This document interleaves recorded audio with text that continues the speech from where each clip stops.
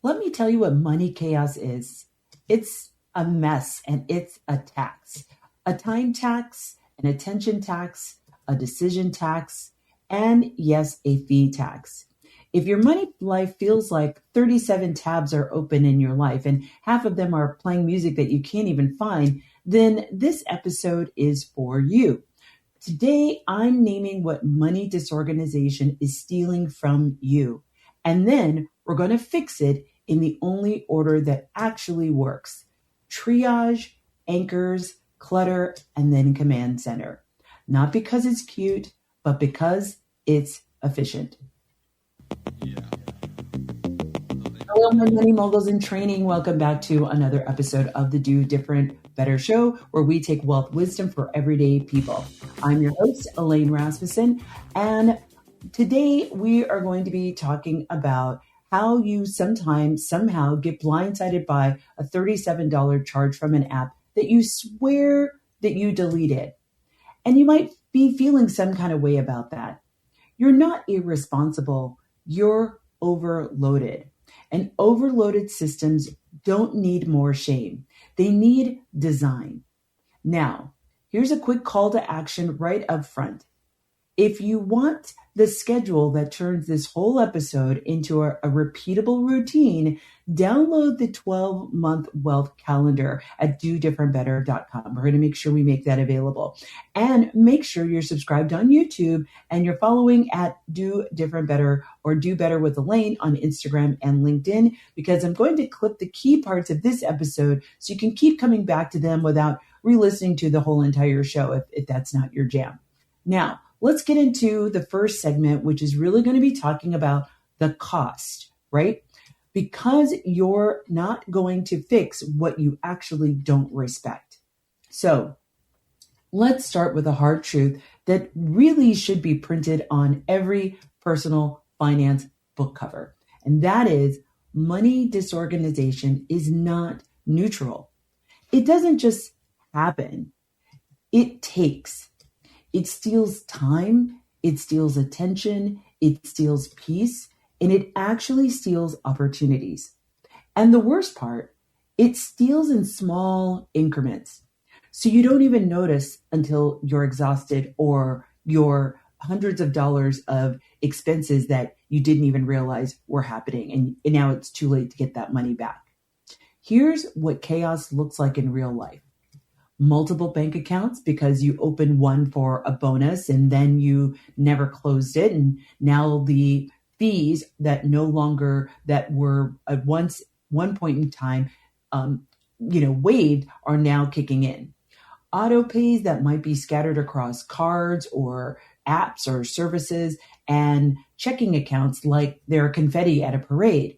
Maybe it's an old 401k you keep meaning to roll over, but never quite do. It's also insurance renewals that hit and you're surprised every year or every 6 months like it's a brand new holiday.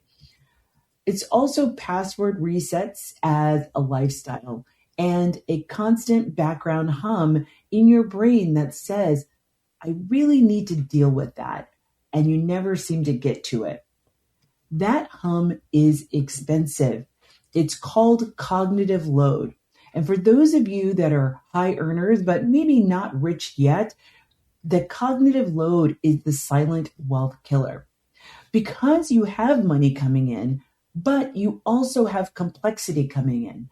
And complexity unmanaged becomes chaos. Now, I know some of you are thinking, Elaine, I'm organized, I'm professional, I have a calendar. Yes, you have a calendar for work. You have a system maybe for your clients or customers. You have a project plan for other people's deliverables. But your money?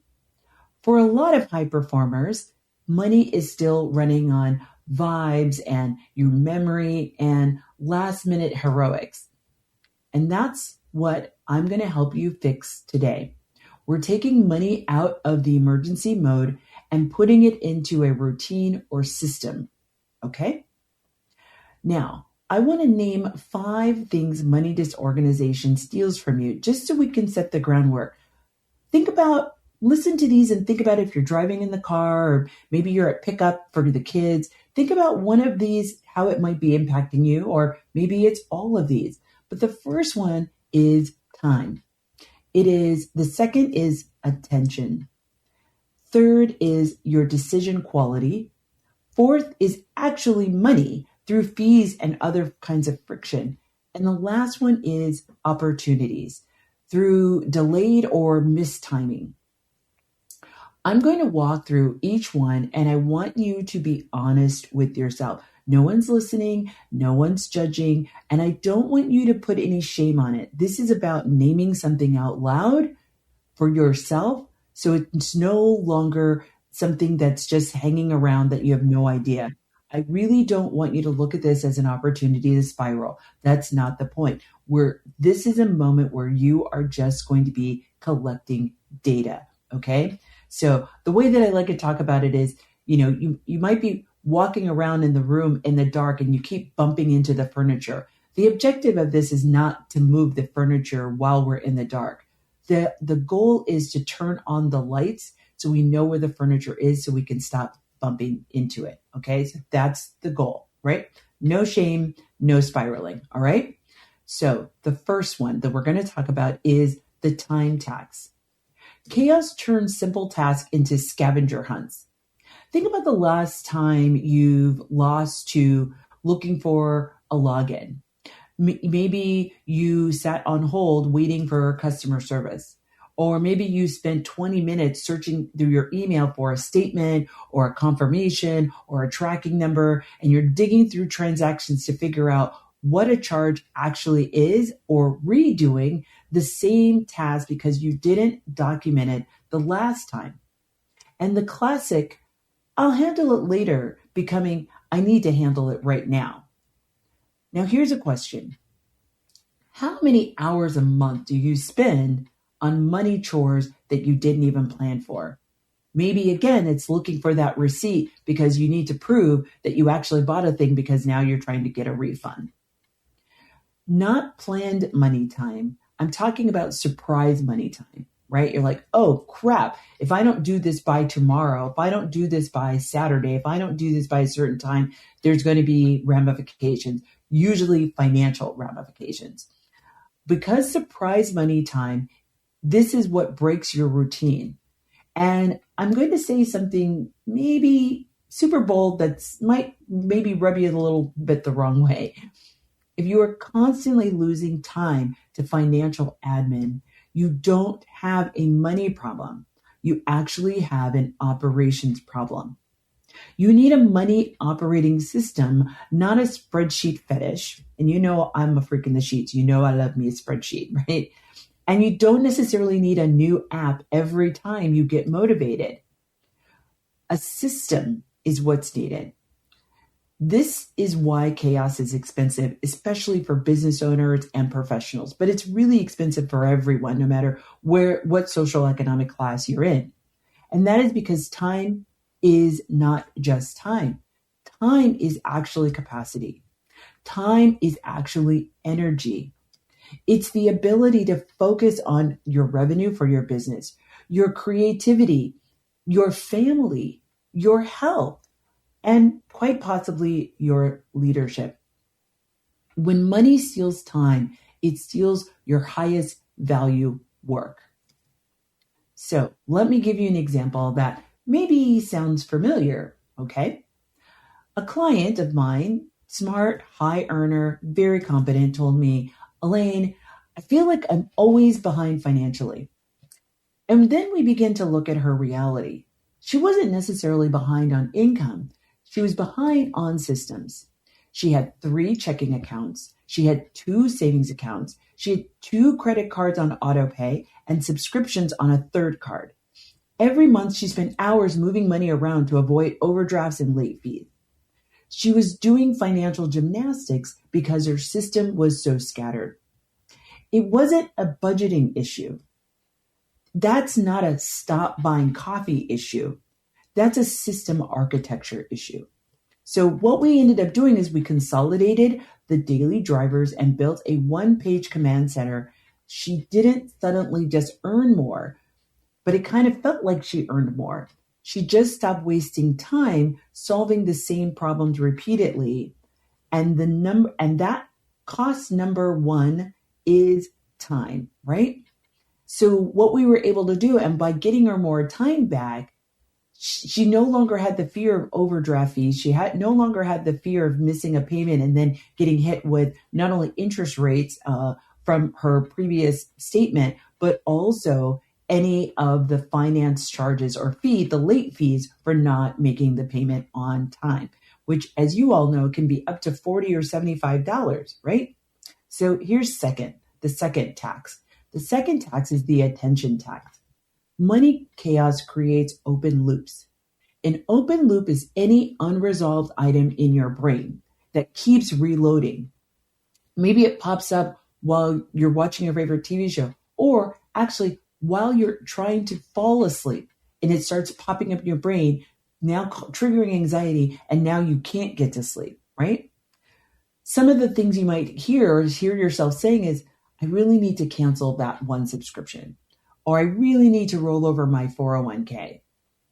I really need to check my credit report, or should I check my credit report?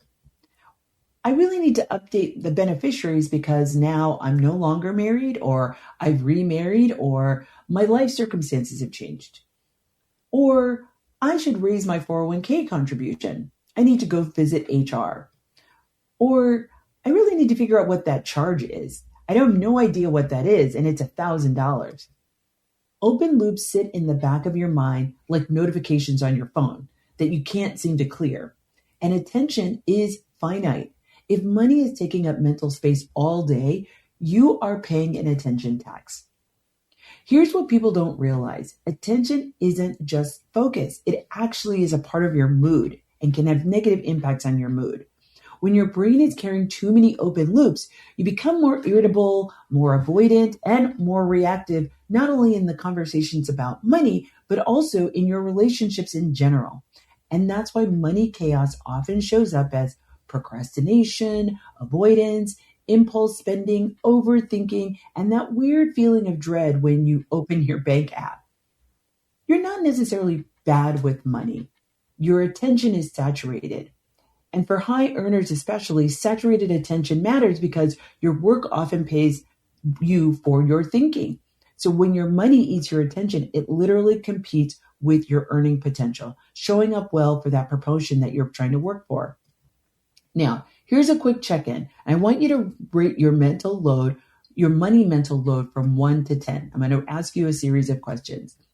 On a 1 to 10, my money is boring and I barely think about it. Oh, the money, 1 being that you don't think about it all, 10, you think about it all the time. The next one, money is a daily background stressor and it's very loud. Pick a number. I don't want you to justify it. I just want you to pick it. Now, ask what's driving that number. Is it bills? Is it debt? Is it taxes? Is it too many accounts? Is it family expectations? Is it business volatility?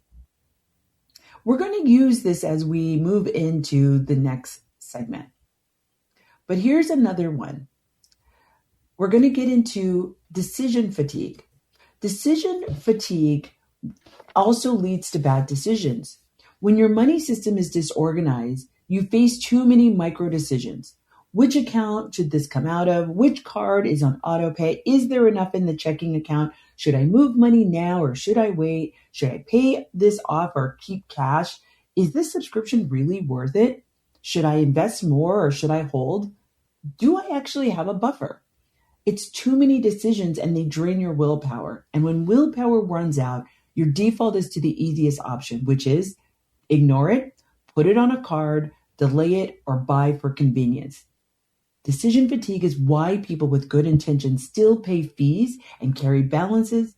They miss deadlines or avoid investing, not because they don't know what to do, because their system requires constant decision making. This is where your wealth identity shows up too. Builders overthink and over-optimize. Caretakers prioritize everyone else and delay themselves. Maximizers stack decisions and try to solve everything all at once. and minimalist strategists avoid because the decision load feels so oppressive. Different identities, same outcome. Chaos stays in charge. And here's the punchline. Wealth is built through repeated good decisions, not perfect decisions, repeated good decisions. If your system makes good decisions hard, it will slow down your wealth building, even if your income is high. Now, the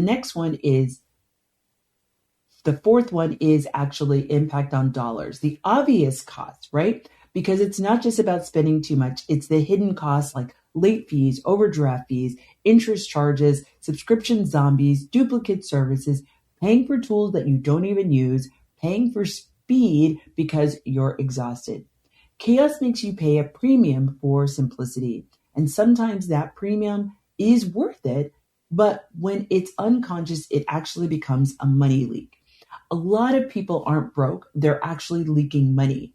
And I'm not talking about the one big splurge. I'm talking about the slow drip, the $9.99 here, the $14.99 there that you swear you didn't authorize or you just kept letting go. But these small reoccurring expenses are dangerous because they're quiet and they add up quickly. Then people say, I don't know where my money goes. It goes on these things that you didn't necessarily decide on purpose.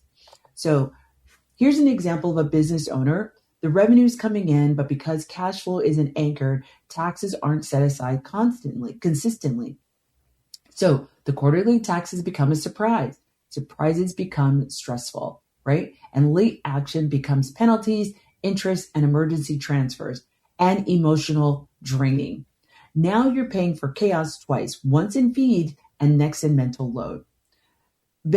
For business owners, the IRS accepts your payment, but not your excuses. So if you're a founder or a professional with variable income, chaos gets really expensive very fast, and that's why we systematize. And here's the last one. This is missed opportunities. This is a cost that people ignore because it's actually invisible. Opportunity cost is what you lose when chaos delays you. So that could be missing an employer match window, right, for your contributions that your company is going to match up to a certain, but you've got to make that declaration at a certain time. You aren't paying attention and you miss it. And that's free money that you've missed out on for a whole year and you've got to now wait. Not using an HSA strategically if you have access to one. Overpaying or underinsuring because you never review your insurance policy, right? Business owners financing taxes with stress because you don't have a set-aside system, delaying your growth decisions because you don't know your numbers, or not negotiating because you don't have clarity about your baseline. So you end up delaying investing because you never designed what is safe enough. So money rewards timing. Chaos makes you late. So here's a principle I just want you to really start to take in. Late is expensive.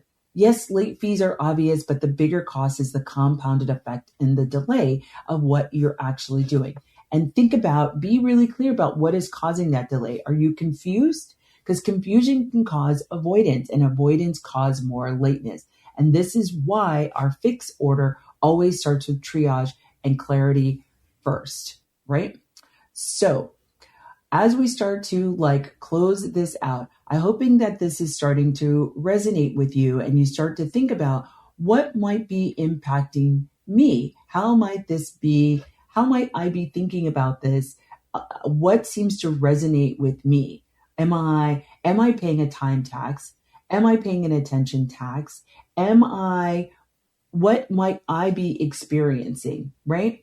So I really want you to start to think about, honestly, without shame, what's happening? Are you paying a tax on your attention, on your time, on your decision quality?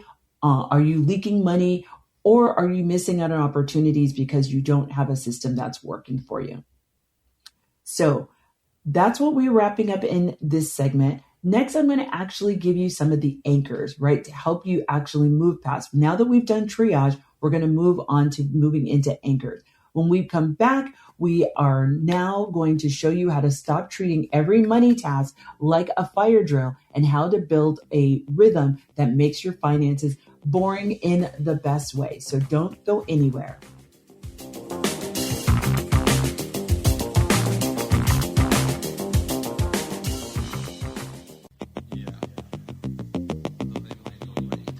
back to another episode of the Do Different Better Show. I'm your host, Elaine Rasmussen. In segment 1, I named a very core truth, which is chaos is a tax. It's a tax on your time, your attention, your decision quality, your dollars, and missed opportunities. Now we do the part your nervous system has been waiting for.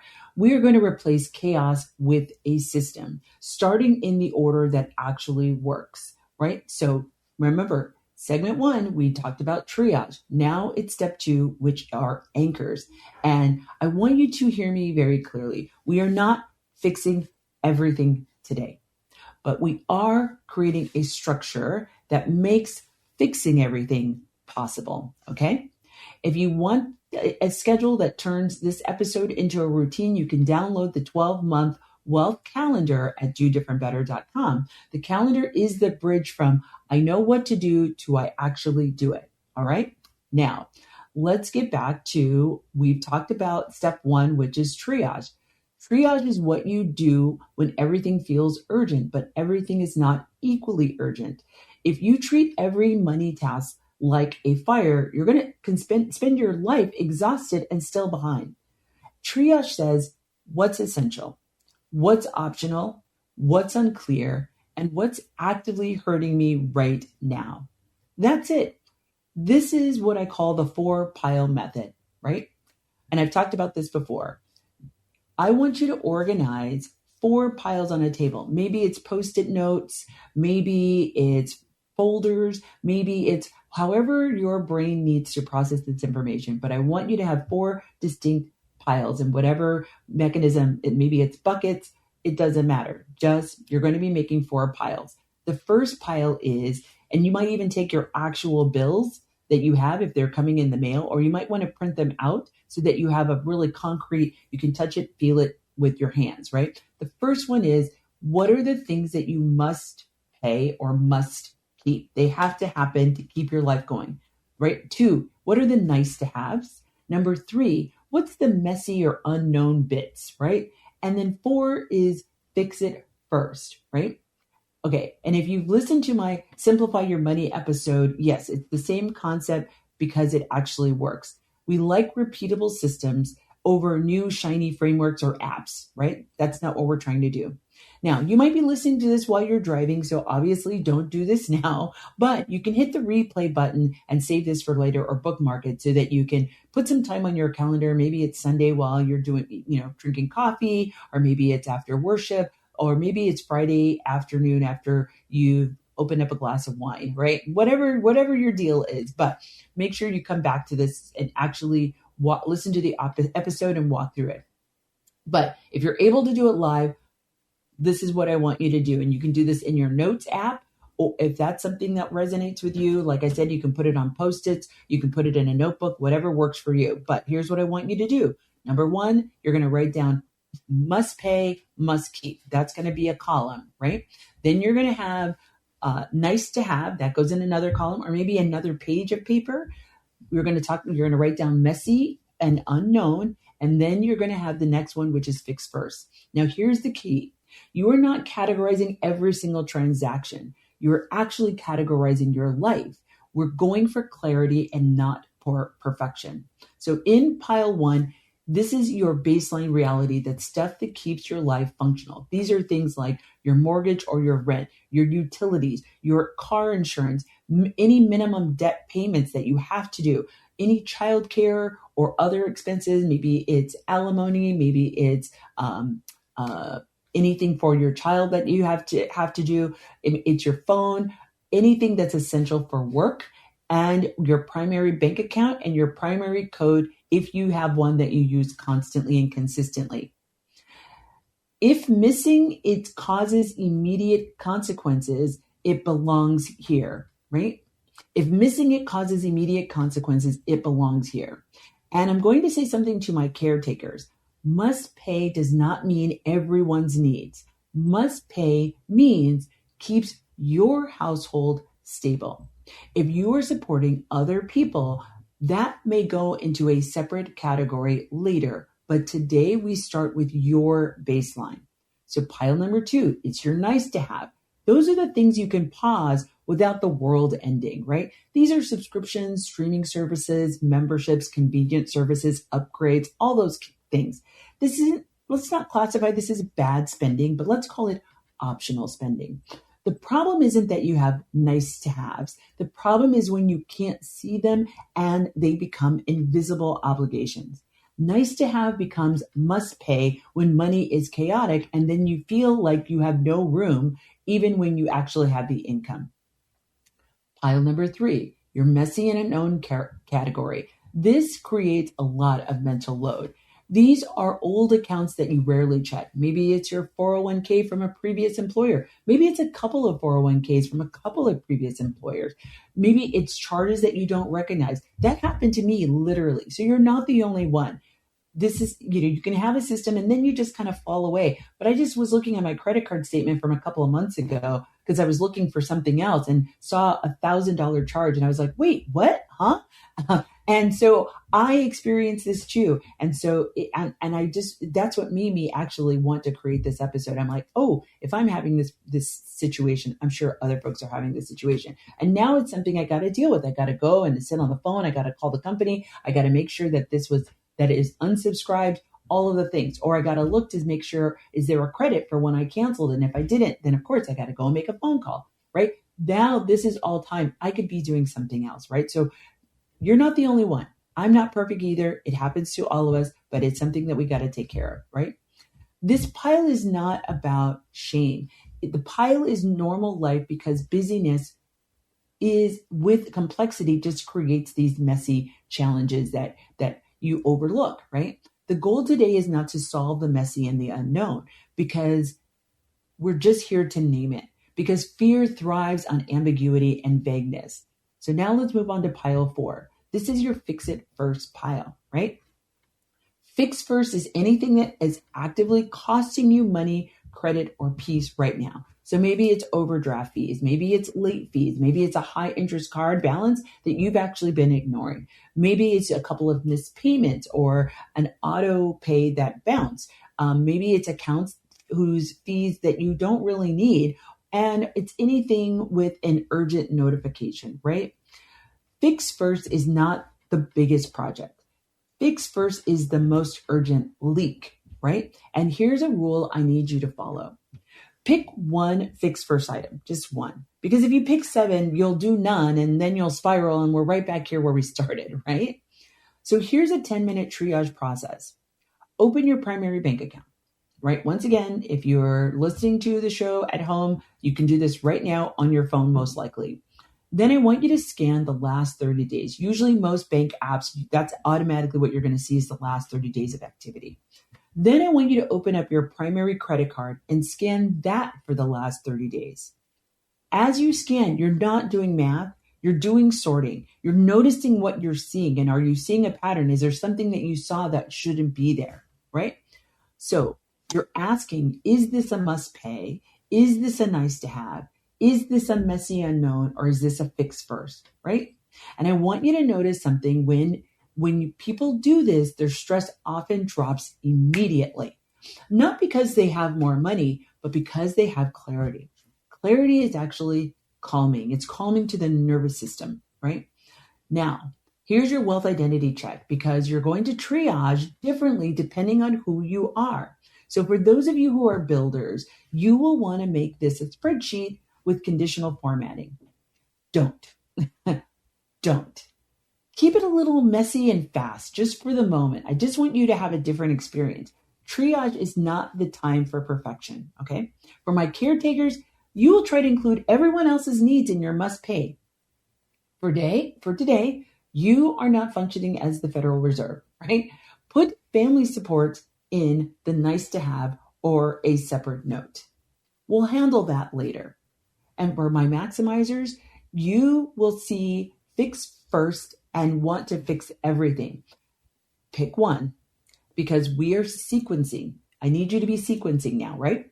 And for my minimalist strategists, you will want to avoid looking at the messy and unknown because it just gives you the ick, right?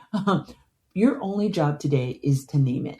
Naming it is progress for you, okay? So I've seen people avoid their bank apps for months and then finally take a look and be like, oh, it's not as bad as my imagination. Your imagination will always charge you a higher interest rate than your reality, right? It'll always make it worse than what it actually is. So triage is now stop paying the imagination fees. And at the end of the triage, you should have a short list of must pay, nice to have, messy unknown, and one fixed first item selected. And that's it. So now let's get into the anchors. Anchors are part of the system you can rely on even when life gets messy. Anchors reduce your surprise. Anchors reduce your decision fatigue. Anchors are the reason bills don't jump up and scare you. So anchors make money predictable, right? So here's anchor number one. Have one primary banking checking account, right? Choose one checking account where your income lands and your core bills leave, right? Everything on our must-have list, they're all come out of that bank account, right? So some of you have multiple bank accounts. This is not what we're doing, right? So we'll pick one, and then we're going to anchor by everything going, all of our must-haves are going to come out of that account. Here's the rule. Personal finances need a primary checking account, right? Period. So now we're going to move into anchor two. Pick a bill pay method. One, not two, not three, not four, not five. One, right? And you have two clean options. You can pay bills directly from your checking account, or you can pay your bills predictably by creating recurring bills on one primary credit card and then pay that card from the checking account. That's what I do. I have as many of my bills as I possibly can on my credit card. So now I'm also gaining points on my credit card. And then I have my checking account pay that every month, 2 days before the due date, right? So that's how I do it. Either one of these can work. What doesn't work is missing them across multiple cards and multiple accounts, right? So either it's going to come directly out of your bank account or on a credit card. Now, there are some platforms that bill paying vendors that won't allow you to pay for your things on a credit card. So for those, just have them come out of your bank account, right? That one singular bank account, right? So anchor three is we're going to build the list of 8. Okay. The list of 8 is an executive summary. It is not a budget. I want you to write down the top 8 recurring bills and their due dates, right? Once again, you can do this on a piece of paper, right? Or even on your notes app in your phone. Your housing, your utilities, your insurance, your phone and or internet, your childcare, any debt that you have to pay, and your transportation, whether that's a car payment, whether that's Metro Rail, whatever that is, maybe it's parking, whatever that is, and one life admin bill that sneaks up like a subscription bundle. Then write where it's paid from. Is it paid from a checking or a primary credit card? This list now becomes your anchor, your stability anchor. And if you're a business owner, make a separate bill list of 8 for your business overhead, like rent, payroll, software, insurance. Don't mix it. Mixing it is how chaos gets invited back into your life. And then anchor 4 is that you now have 2 alerts. This is my cheat code for you, right? The cheat code that busy people ignore because it feels too simple. I want you to set 2 alerts on that bank checking account, right? And that your primary credit card. I want you to set a low balance alert on your primary checking, and I want you to do a payment alert on your primary credit card if you use one. Those 2 things. Usually they are just a button in the app of the bank app or the credit card app, literally, okay? Alerts are not for people who can't handle money. Alerts are for people whose brains are already running a company, having a career, they have a household, they have a community that they are plugged into. Let the system carry boring tasks so you don't have to. That is not weakness. That's good design, right? So if you do not, so the same thing goes with late fees.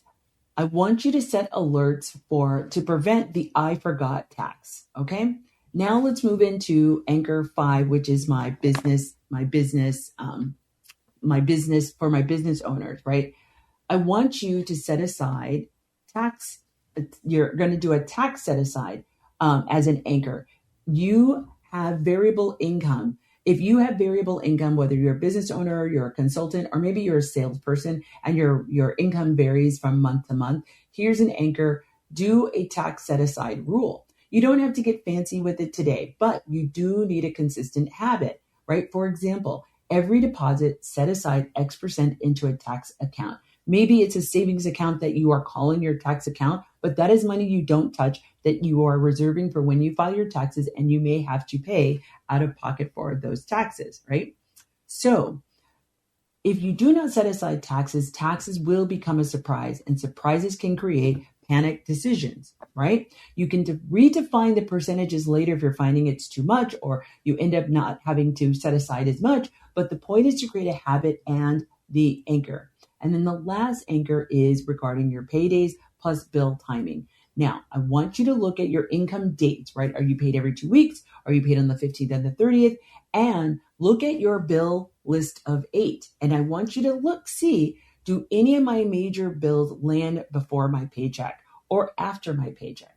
If yes, you want to see, can I adjust the due days? Many companies allow this. Many credit card companies allow you to change your date. This came out of the Consumer Protection Agency, that people can now change their due date to align with when they get their money to reduce the amount of late fees and things like that, and interest if they are trying to pay off their card at the end of the month. If no, then your bill rhythm is already working for you. So that's great, right? So I hope that this is really helpful to you. So a little quick recap. We've done triage, right? You have your must pay, your nice to have, your messy unknown, your fix first, and we selected one fix first item. You also built an anchor. You selected one primary checking account, one bill pay method, and you created your bill list of 8, and you created 2 alerts. And for my business owners, you've already set up a tax set aside anchor. And if you've done even part of any of this, you're already reducing your chaos tax in your life. When we come back, I'm going to now do the part that creates instant relief and long-term clarity. We're going to do clutter cleanup. We're going to build your money command center. And then we lock it in with a 12-month wealth calendar, so you don't have to think your way through being organized. You just need to follow a schedule. So stay with me. You're listening to the Do Different Better Show.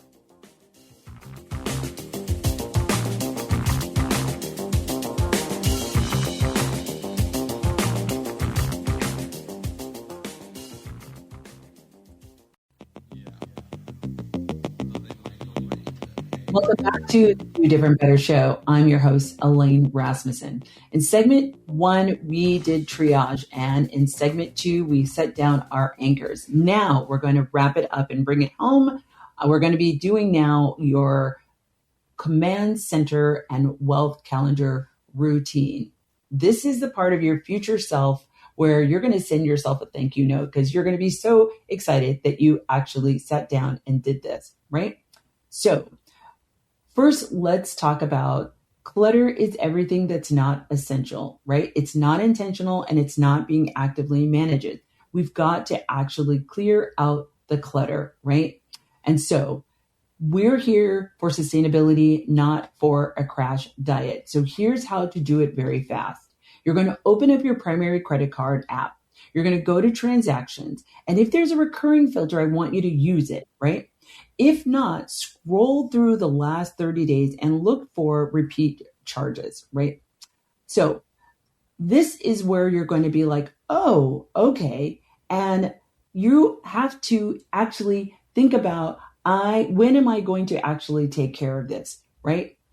You can really put on your calendar, hey, on Saturday at this time, I'm going to call the credit card company and deal with this. Or you're going to decide, I don't really need this, so I'm going to cancel the service. A lot of credit cards now, you can cancel the service right from the credit card, right? You don't have to call the company, which is what we used to have to do in the olden days. You have to call the company, sit on hold. But even if that's the case, the only way it's going to get done is if you schedule it, right?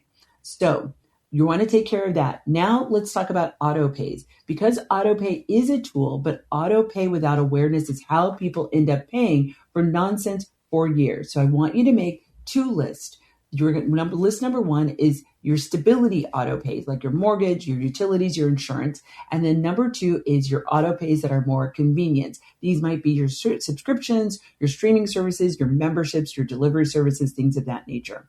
The goal is to protect list one and interrogate list two. That's not to say we're going to cancel everything on list two, but this is a matter of looking at it and really going through and being like, okay, is anything here do I want to shift, right? That's a question for you. The whole idea is to actually get rid of any zombie charges. That's really the goal. Zombie charges that are recurring that you don't recognize. And if you've seen one, screenshot it and put it on your messy or unknown follow-up list, right? Do not derail the entire process by going down a long rabbit hole. The point is not to solve every single mystery today. The point is to stop your money life from being an escape room. One more clutter move that makes a big difference. Remove safeguards from your two top frictionless spending apps like Amazon, DoorDash, or Uber Eats, whatever your personal weakness is. This isn't deprivation. We're causing friction to prevent more leaking money, right? Friction is how you protect your future self when your present self is tired, right? Or mental load from other things that are really, really important, right? So now let's talk about the command center. A money command center is a single page that answers what's coming in, what's going out, and what matters. It is not a budget. It is not a performance review of your spending. It is not a spreadsheet that requires a finance degree and lots of therapy. It's a source of truth. And a source of truth reduces decision fatigue.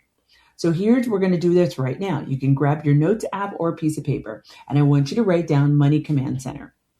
Now, add these sections: income, pay dates, approximate amount or range, and if you have variable income, give it a baseline month or take a 3-month average, right? Number 2, my bill list of 8. Write your top 8 recurring bills and due dates, and also note where they're paid from: primary checking account or a credit card.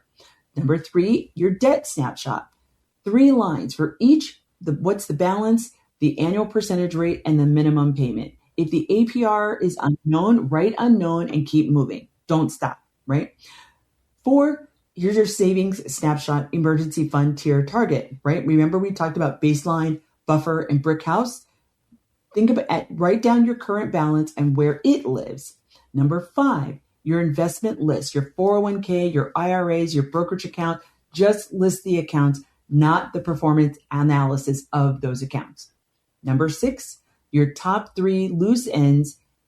Pick 3 from your messy unknown. Maybe it's an old 401k you need to roll over. Maybe it's a beneficiary update. It's an insurance review. It's an unknown charge, whatever. And then number 7, this week's move 1 action from your fix it list. That's it. Now, to tie this into your wealth identity alignment, because this is how people actually stick with it. If you're a builder, choose a scoreboard metric, one number that you are going to track. Maybe it's reducing your debt, your total cumulative debt. Whatever it is, pick only one. For my caretakers, I want you to define a baseline protection rule. Bills and savings first, then decide what generosity looks like after. For my maximizers, pick one primary goal for the next 30 days. No stacking, okay? No stacking, right? For my minimalists, reduce decisions, consolidate your accounts, or automate transfers. This is how money stops being random. Your system stops requiring constant choices, right? If you look at this one page and answer, what's coming in, what's going out, and what's my next move, then you're ahead of 90% of the people who earn good money and still feel stress. Now, the last step, the routine. Because if your system only exists when you're motivated, it will disappear when life gets busy.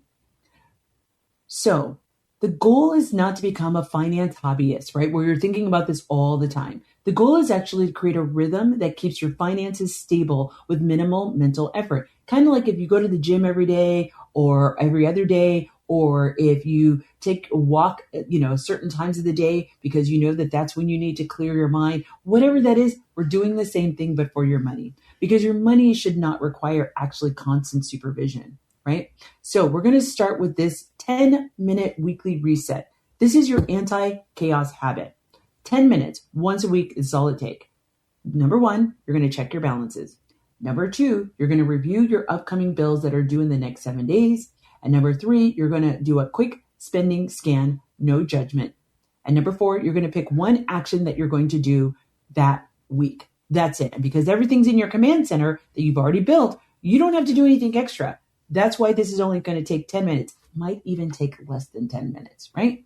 That's it. If you do this weekly, your money stops surprising you. Then the monthly closeout is 20 minutes once a month. So one, you're going to update the command center because things might have shifted and changed. Maybe you paid off a credit card. Maybe you closed an account because of one thing that you fix every month, right?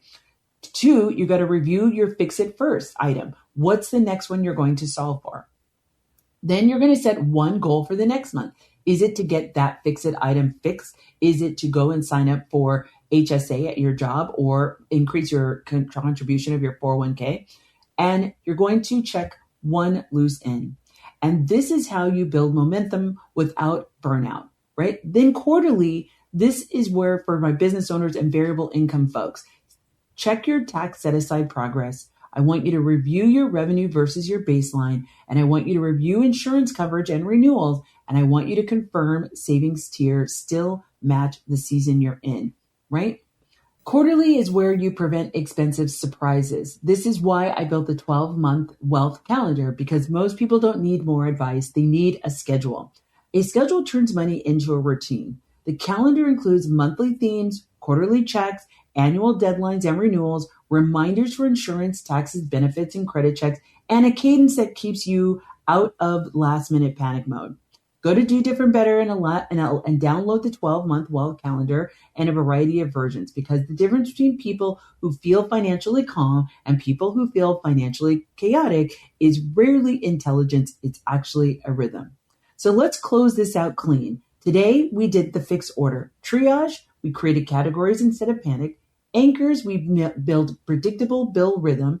We clutter, we stopped leaking and reduced mental load. And then we created our command center, a one-page source of truth and routine, meaning weekly, monthly, quarterly, and an annual schedule. This is how you turn panic into a routine. This is how money stops being random. And this is how you stop paying the chaos tax. If this episode helped you, don't forget to download the 12-month wealth calendar at Do Different Better, but also hit me up on LinkedIn and tell me how this helped you, or hit me up on IG at Do Better with Elaine. And if you're listening on AM 950, you already know we do this every week on Sunday. Money is not supposed to be your second job. It's to help you to do different better. I'm your host, Elaine Rasmussen, and I will see you next time.